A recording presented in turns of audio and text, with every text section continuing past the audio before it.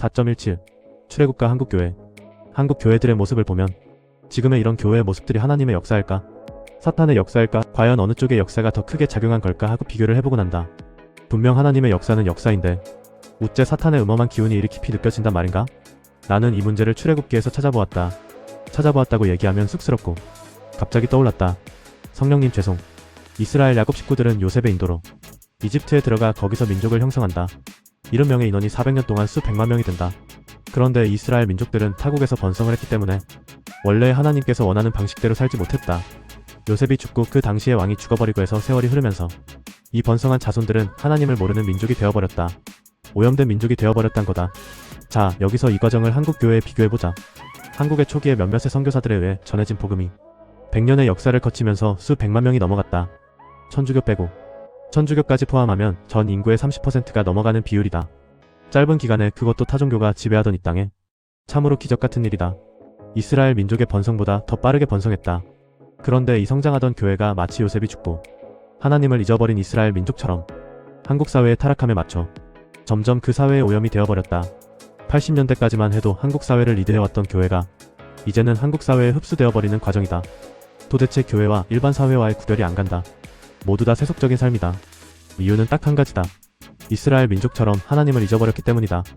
하나님을 잊어버렸기 때문에 하나님이 세우신 바로 그 교회가 하나님을 잊어버렸기 때문에 히브리서 우리가 이 은혜로서 하나님을 기쁘게 섬기되 경외함과 경건한 두려움으로 할지니 그렇게 하나님을 경외하라고 했건만 그렇게 하나님을 두려워하라고 했건만 다시 출애굽 속으로 들어가자.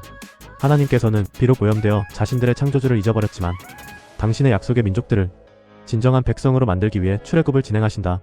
모세를 통해 이들을 이집트에서 빼내려고 하신다. 그런데 이집트의 왕이 호락호락 이스라엘 민족들을 내주지 않는다. 절대 내놓지 않으려고 한다. 하나님께서는 이집트의 환경을 이용하여 하나님의 높으신 존엄과 권능을 이스라엘 백성들에게 직접 보여주고자 하심이기 때문이다. 아예 대놓고 말씀하신다. 내가 파라오의 마음을 강팍하게 만들겠노라. 이 부분에서 처음의 질문, 한국교회에 대한 현재 상태가 하나님의 주권인가 사탄의 역사인가에 대한 답을 찾았다. 한국 사회의 타락상을 이집트 왕으로 비유를 하면 된다. 한국교회는 이미 자본에 대한 달콤함을 맛보아버렸다. 또한 한국교회를 리드해가는 대형 교회들은 그 권력의 황홀함에 도취되어버렸다. 천민자본주의에 물든 한국 사회가 인간의 존재 가치라는 가장 고귀하며 근원적인 문제들에 대해 코웃음을 쳐버리는 것처럼 역시 자본에 물든 한국교회는 가장 고귀하고 근원적인 존재이신 하나님의 존재를 우습게 여겨버렸다. 출애굽을 위해 하나님의 존재를 알리기 위해 하나님 손수 파라오를 여러 번 시험하신 것처럼 이 땅에서도 하나님의 교회에 대한 역사는 계속 일어나고 있다. 그러나 한국 사회가 뿌려놓은 인간에 대한 원초적인 감성을 끌어들이는 미끼가 워낙 유혹적이라 하나님의 백성으로 돌아가는 것, 즉 회개하는 것이 쉽지가 않은 일이다. 그러나 하나님께서 파라오가 항복할 때까지 시험을 하신 것처럼 교회가 회개하여 돌아올 때까지 시험을 하실 것이다. 그것은 하나님의 존재를 알리시기 위해 파라오에게 한 것처럼 한국 교회의 현 상태도 하나님의 전적인 주권 행사로서 하나님의 존재를 드러내기 위함이니 말이다. 답은 얻었지만 더 얘기를 풀어가 보자. 이렇게 출애굽기와 한국 교회의 역사를 비교하여 볼 때 한국 교회가 과연 하나님의 전체 구속 역사에서 어느 정도 진행되었을까? 캬성령님 너무 재밌어요. 이건 생각 못한 부분인데 아마도 지금의 한국 교회가 출애굽기의 역사에서 하나님께서 파라오에게 여러 가지 시험을 하는 그 진행 단계에 와 있지 않을까?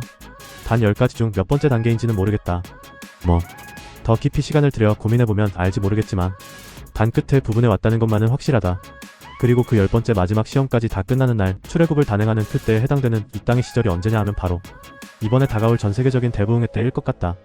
이때 한국교회 및 우리와 비슷한 상황에 있는 미국 등 세계 열방의 교회가 출애굽을 할 것이다. 그리고 우리는 알아야 한다. 이때부터가 진짜 시험에 들어간다는 것을. 출애굽한 이스라엘 민족들은 광야 40년 동안 하나님의 특별한 관리 서비스에 들어갔다. 목욕하고 묵은 때를 벗고 사우나까지 들어가는 것처럼 몸 안에 찌꺼기를 빼야 했다. 그렇게 하고 나서도 결국은 새로운 세대만이 하나님의 약속된 땅에 들어갔다. 완전한 새로운 세대만이. 이걸 우리 시대의 교회에 적응시키려니 겁이 난다. 우리도 새로운 세대만이 남고 다 죽나? 각설하고. 이 땅에 대부흥이 일어나므로 대각성 운동이 일어날 것이다. 세상의 오염됨에 대항하여 우리도 목욕탕에 들어가서 사우나까지 할 것이다. 그러나 이 대각성 운동을 파라오가 출애굽을 방해하듯이 세상이 가만히 보고 있지만은 않는다. 디모데전서 이제 성령께서 분명히 말씀하시기를 마지막 때에 어떤 자들이 믿음에서 떠나 미혹하는 영들과 마귀들의 교리들을 따르리라 하셨으니 세상의 타락과 오염의 유혹은 그것을 완전히 씻어내지 못한 기독교인들을 정신 차릴 수 없는 유혹으로 구분할 수 없는 그럴듯한 교리들로 믿음에서 떠나게 해버릴 것이다. 사망에 이르게 하는 것이다. 마태복음 그때의 사람들이 너희를 환난에 넘겨주겠으며 너희를 죽이리니 너희가 내 이름을 위하여 모든 민족에게 미움을 받으리라. 마태복음 그때에 많은 사람이 실족하게 될 것이며 시험에 빠져 서로 잡아주고 서로 미워하겠으며 이것이 진짜 하나님의 시험이다. 목숨을 건 믿음의 시험이 우리 앞에 있는 것이다. 그리스도의 이름에 목숨을 걸어야 한다. 우리가 일제시대를 제외하고 믿음의 목숨 거는 일이 언제 있었는가?